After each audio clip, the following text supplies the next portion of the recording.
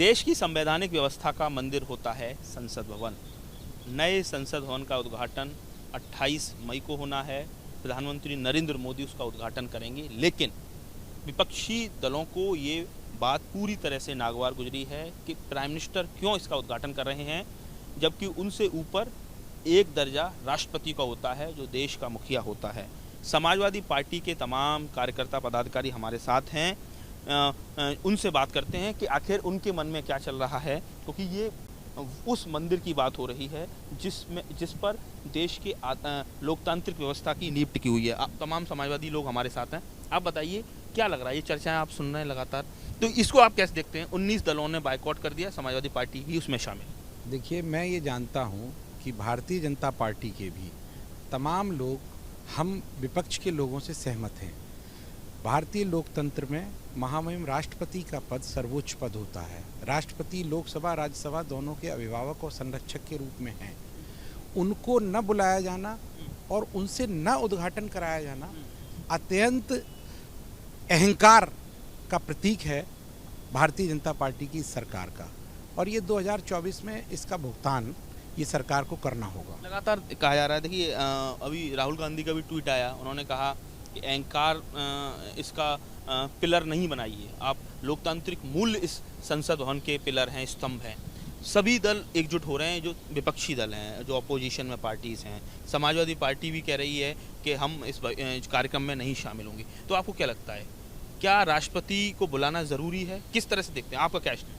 नहीं, बुलाना ज़रूरी है। क्यों नहीं बुलाना ज़रूरी? जब राष्ट्रपति हैं, सर्वोपरि हैं, देश का प्रथम नागरिक हैं, तो उन्हें बुलाना आवश्यक है। उन्हीं के द्वारा उद्घाटन होना चाहिए, हमारा यही मानना है।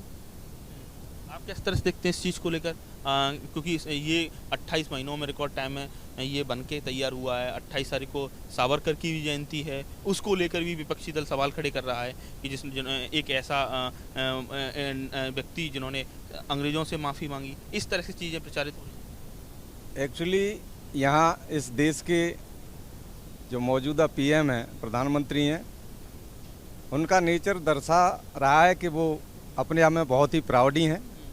संवैधानिक व्यवस्था में भरोसा न रखते हुए अपनी ताकत और क्षमता में भरोसा रखते हैं।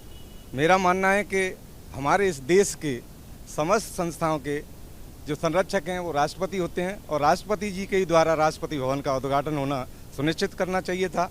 एक तरह से मैं कहना चाहूँगा कि हमारे संरक्षक का, सम्मानीय जो इस देश के संरक्षक हैं राष्ट्रपति महोदय, मैं द्रौपदी मुर्मू जी, ये उनका अपमान के तरीके से आपको भी लगता है उनका अपमान है? एक सवाल बड़ा महत्वपूर्ण है कि क्या लग रहा है कि इस चीज़ को लेकर क्या बीजेपी इस पर फैसला कर पाएगी? कोई प्रेशर बढ़ रहा है लगातार, सभी विपक्षी दल एकजुट हो रहे हैं, तो क्या लग रहा है कि इसको लेकर एक बार फिर से पुनर्विचार होना चाहिए? अगर विपक्षी दल नहीं शामिल होते तो कहीं ना कहीं इस कार्यक्रम का उद्देश्य पूर्ण नहीं होगा। कोई संसद भवन तो सभी दलों। देखिए, लोकतंत्र सत्ता पक्ष विपक्ष और जनता के साथ निष्पक्षता के साथ जो भावनाएं हैं उनको मिलके बनता है। मैं ये कह सकता हूँ कि भारतीय जनता पार्टी का लोकतांत्रिक मूल्यों में कोई विश्वास नहीं है, और इनका अहंकार, मैंने पहले भी कहा फिर कह रहा हूँ, इतना चरम पे है कि ये देश के सर्वोच्च पद का अपमान करके ये दिखाना चाहते हैं कि जो कुछ हैं वो यही हैं। इसका सीधा सीधा जवाब, ये कुछ नहीं करेंगे।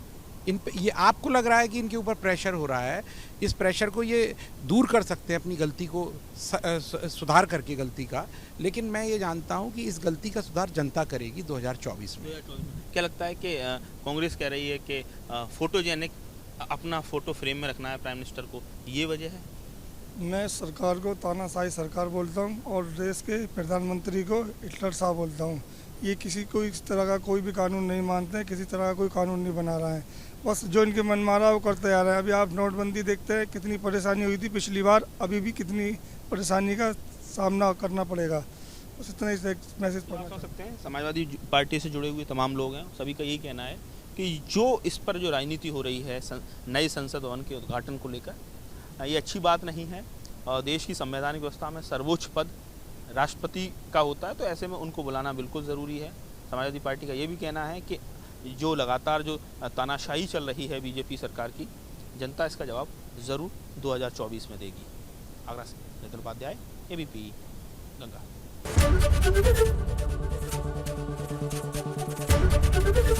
एबीपी गंगा, खबर आपकी, जुबान आपकी।